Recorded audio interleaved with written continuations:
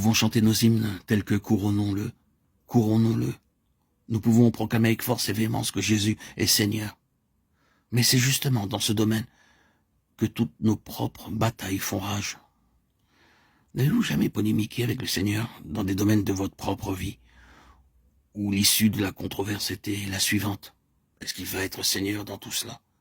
N'avez-vous jamais fait face à des situations et à des circonstances où il paraissait évident pour tout le monde que le diable avait la maîtrise de la situation, qu'il avait conquis le terrain et le fortifié, comme s'il en était Seigneur et Maître?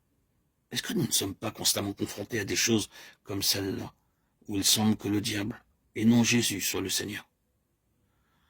Cela se présente à nous dans notre propre vie spirituelle, comme une immense épreuve de la foi. Je pense que les expériences dans lesquelles le peuple de Sion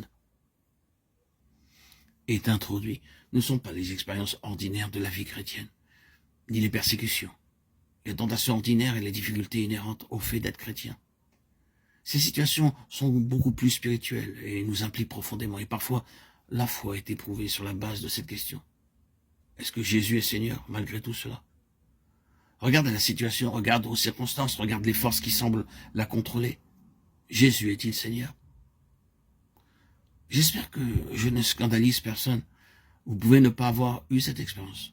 Dans ce cas, ne soyez pas scandalisés, ne vous inquiétez pas de cela. Mais certains savent de quoi je veux parler, car ils ont été dans le tourbillon de ces épreuves spirituelles, soulevant la question de savoir si après tout le Seigneur était réellement Seigneur. Dans nos cœurs, c'est une question liée au domaine de notre foi. Nous y croyons et nous nous accrochons à cela. Mais ce domaine est beaucoup remis en question. Nous ne parvenons pas à cela aisément. Il en est ainsi avec Sion. La seigneurie de Christ est seulement établie à grand prix. C'est seulement par le moyen de terribles conflits et d'épreuves que vous parvenez à établir qu'il est réellement Seigneur dans votre propre cœur. Mais quand vous traversez cela, oh, quelle chose immense! Vous êtes dans une position où vous connaissez le Seigneur d'une manière peu ordinaire et inhabituelle. Vous avez un témoignage pour les personnes qui doivent passer par un processus similaire. Et vous pouvez les aider parce que vous avez lutté dans de terribles conflits de la foi concernant la seigneurie de Christ. Est-ce que cela ne peut pas expliquer pourquoi certains parmi vous ont des expériences aussi extraordinaires? Si vous regardez certains chrétiens, vous les voyez passer par des épreuves comparativement faciles. Ils obtiennent ce qu'ils veulent ou ce qu'ils pensent qu'ils devraient avoir. Mais avec vous, tout est une affaire de conflit et rien ne s'acquiert aisément.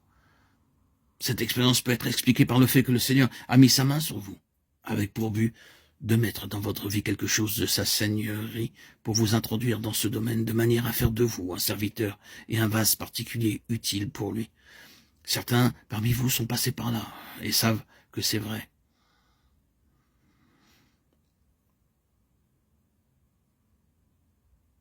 Mais certains parmi vous peuvent aussi passer par cela dès maintenant.